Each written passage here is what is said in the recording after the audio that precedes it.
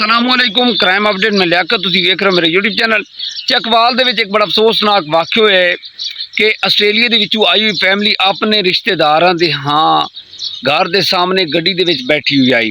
उत्थे जनाब डकैत आए ने और उन्होंने कार्रवाई शुरू कर दी डकैती दी। नाल ही सीसीडी पुलिस का दफ्तर है सी और सीसीडी एहलकारां ने जदों पता लग्या तो उन्होंने फायरिंग शुरू कर दी।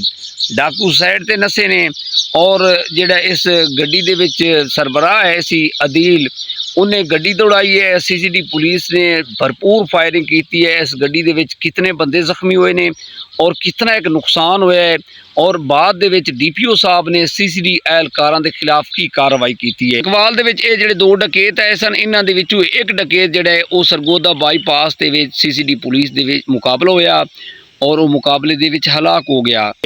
और ये आस्ट्रेलिया दे विचों जिहड़ी फैमिली आई सी मुकम्मल ओवरऑल इन्हां दे बारे डिटेल तुहाडे नाल डिस्कस करांगे। साडे इस चैनल नूं सबसक्राइब करो, बैल आइकन बटन प्रेस करो और कमेंट दे विच इज़हार ख्याल लाजमी करना। पुलिस और अहल खाना के मुताबिक 39 साला अदील आस्ट्रेलवी शहरी और ये पिछे पाकिस्तान दे विच डुडियाल दा ये रिहायशी है सी। अदील और इसकी बीवी डॉक्टर सिद्रा और इसकी बेटी हानिया और इसका एक बच्चा अहमद ऐसी ये हज की शहादत हासिल करके ना सीधे अपने बुध की सुबह पाकिस्तान पहुँचे ने। अदील दे जेड़े सुसर है सी उन्होंने दोनों बेटियां ना इशाइये की दावत दी हुई सी। वो सीधा अपने ससुराल आए ने और तकरीबन उत्थे खाना वगैरह खाता है रात नूं ते फिर इन्होंने कहा जी असी हुण चलने अपने घर।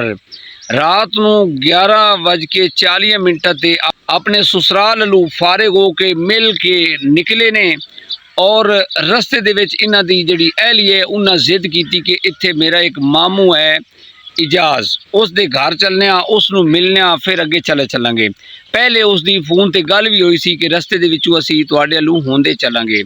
अदील दी जिहड़ी फैमिली है सी वो बड़े खुश हो रहे सी कि असीं पाकिस्तान आके अपने जिहड़े रिश्तेदार हैं इन्हां दे सुसर हैं और इन्हां दे जिहड़े कज़न वगैरह हैं वो खुश होंदे सी कि उन्हां दे कोल भी थोड़ा बहुत टाइम गुजारांगे।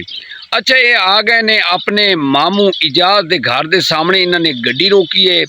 जिवें ही गड्डी रोकी है जनाब मोटरसाइकिल ते दो डकैत आए ने उन्होंने पिस्टल कढ़े है ते उन्होंने जिहड़ा अदील वाली साइड तो आए ने उन्होंने कहा जनाब जो कुछ तुहाडे कोल है वो साडे हवाले कर दिओ।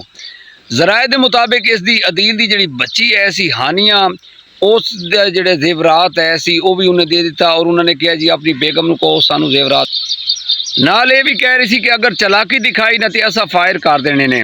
अदील नैशनल होल्डर है सी उस बेचारे नूं की पता सी वो डर गया। उन्हें जिहड़ा तुहाडे कोल है जो जेवरात हैं जो कैश वगैरह है इन्हां दे हवाले कर दिओ। इतनी गल्लां हो रही हैं कि नाल ही एक सीसीडी एहलकार जिहड़ा है वो खाना खा के आ रहे सी। ये नाल ही डकैती हो रही सी इजाज़ दे बिल्कुल घर दे सामने और नाल ही सीसीडी दे दफ्तर है सी। वो सीसीडी एहलकार जल्दी दे नाल गया जनाब उन्हें SMG राइफल लईए और आके ना उत्थे फायरिंग शुरू कर दी है।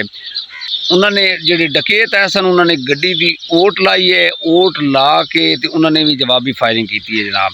और इतनी देर दे विच वो साइड टू हो के फरार हुए ने मोटरसाइकिल छड्डिया और नसे ने। अदील नूं मौका मिलिया अदील ने भी जनाब यही कहा कि ये साइड ते हुए ने और उन्होंने भी गड्डी दौड़ाई है। जदों वो गड्डी जांदी है तो पिछू इन्होंने बेदरेक फायरिंग की है गड्डी ते।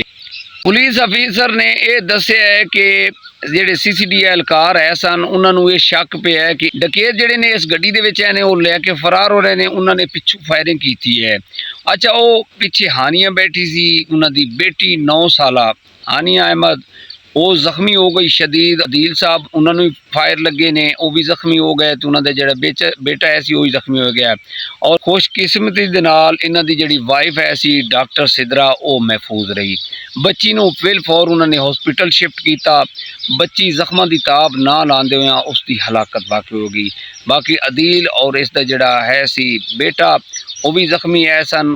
हॉस्पिटल दे विच उन्हां नूं फर्स्ट एड वगैरह दी गई। बाद दे विच जिहड़ा उन्हां दा मामू है सी इजाज़ साहब उन्होंने 15 ते कॉल की और ये जिहड़े सीसीडी एहलकार है सन इन्हां दे खिलाफ कार्रवाई दा आर्डर दिता। DPO चकवाल काशिफ जुल्फकार साहब ने इसका नोटिस लिता और एक JIT जिहड़ी टीम है वो तश्कील दी और इसकी ਪੈਰਵੀ ਔਰ ਇਸ ਜਿਹੜਾ ਵਾਕਿਆ ਹੈ ਜਿਹੜੇ ਇਹਦੇ ਲਵਾਇਕੀਨ ਹੈ ਸੀ ਉਹਨਾਂ ਨੂੰ ਯਕੀਨ ਦਹਾਨੀ ਕਰਾਈ ਕਿ ਮੈਂ ਇਹਨਾਂ ਦੇ ਖਿਲਾਫ ਜਿਹੜਾ ਨਾ ਕਾਰਵਾਈ ਜ਼ਰੂਰ ਕਰਾਂਗੇ। ਔਰ ਇਸ ਤਹਿਕੀਕਾਤ ਕਰ ਰਹੀ ਹੈ ਕਿ ਜਿਹੜੇ ਮੁਤਾਸਰਾ ਖਾਨਦਾਨ ਹੈ ਉਹਦੇ ਜਿਹੜੇ ਜ਼ਿੰਮੇਦਾਰਾਂ ਦੇ ਖਿਲਾਫ ਜਿਹੜੀ ਨਾ ਕਾਰਵਾਈ ਦੀ ਯਕੀਨ ਦਹਾਨੀ ਕਰਾਈ ਹੈ। ਇਸ ਵਾक़ੇ ਤੋਂ ਬਾਅਦ DPO ਕਾਸ਼ਿਫ ਜ਼ੁਲਫਕਾਰ ਸਾਹਿਬ ਨੇ ਉਸ CCD ਅਹਿਲਕਾਰ ਨੂੰ ਮੁਅੱਤਲ ਕਰ ਦਿੱਤਾ। ਜਿਤਨੇ ਤੱਕ ਰਿਪੋਰਟ ਨਹੀਂ ਆਂਦੀ ਉਹ ਮੁਅੱਤਲ ਰਹੇਗਾ। ਔਰ ਪੁਲਿਸ ਜ਼ਰਾਏ ਦੇ ਮੁਤਾबिक ਇਹ ਜਿਹੜੀ ਵਾਰਦਾਤ ਹੋਈ ਸੀ ਗੁਜ਼ਿਸ਼ਤਾ ਰਾਤ ਚਕਵਾਲ ਦੇ ਵਿੱਚ, ਉਸ ਦੇ ਵਿੱਚ ਜਿਹੜੇ 2 ਡਕੈਤ ਆਏ ਸਨ ਉਹਨਾਂ ਦੇ ਵਿੱਚੋਂ ਇੱਕ ਡਕੈਤ ਜਿਹੜਾ ਹੈ ਸਰਗੋਦਾ ਬਾਈਪਾਸ CCD ਦਾ ਡਕੈਤਾਂ ਦੇ ਖਿਲਾਫ ਉੱਥੇ ਮੁਕਾਬਲਾ ਹੋਇਆ ਔਰ ਇੱਕ ਡਾਕੂ ਜਿਹੜਾ ਹੈ ਨਾ ਮੁਕਾਬਲੇ ਦੇ ਵਿੱਚ ਉੱਥੇ ਹਲਾਕ ਹੋ ਗਿਆ ਹੈ। ਔਰ ਜਦੋਂ ਉਸ ਦੀ ਜਿਹੜੀ ਸ਼ਨਾਖਤ ਕੀਤੀ ਗਈ ਹੈ ਨਾ ਉਸ ਦਾ ਨਾਮ ਮੁਹੰਮਦ ਫਿਆਜ਼ ਵਲਦ ਸईद ਮੁਹੰਮਦ ਸਿਕਨਾ ਫਿਰੋਜ਼ਵਾਲਾ और ज़िला शेखूपुरा का ये रहने वाला है सी।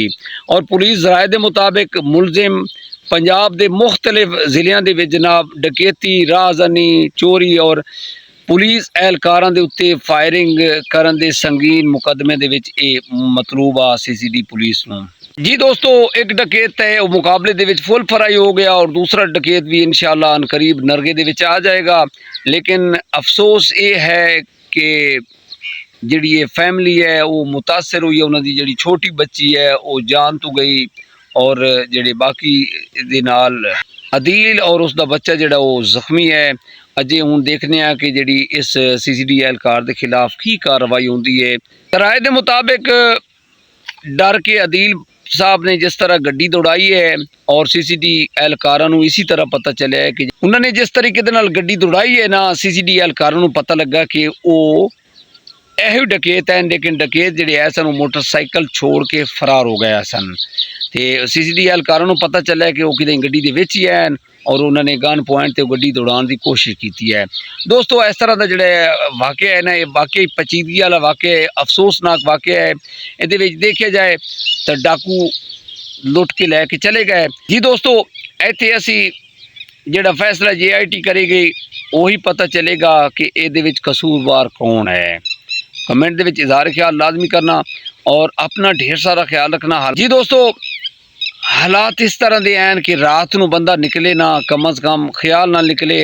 अदील साहब गड्डी दे विच ही चाहे वो रोकी है या वो काल ते मसरूफ हैं ते नाल ही जनाब उसी टाइम ही वो डकैत आ गए। मुखबरी हुई है या कोई समझ तो बाहर है। ये जो फैसला होएगा जाके पता चलेगा कि इस CCD एहलकार के खिलाफ JIT के रिपोर्ट देंदी है की फैसला कर दी है। जो फैसला होएगा वो तुहाडे नाल डिस्कस करांगे। इतनी तिकर सानू इजाज़त दो। अपना ढेर सारा ख्याल रखा है। मुलाकात होएगी अगले व्लॉग के अंदर। खुदा हाफिज़।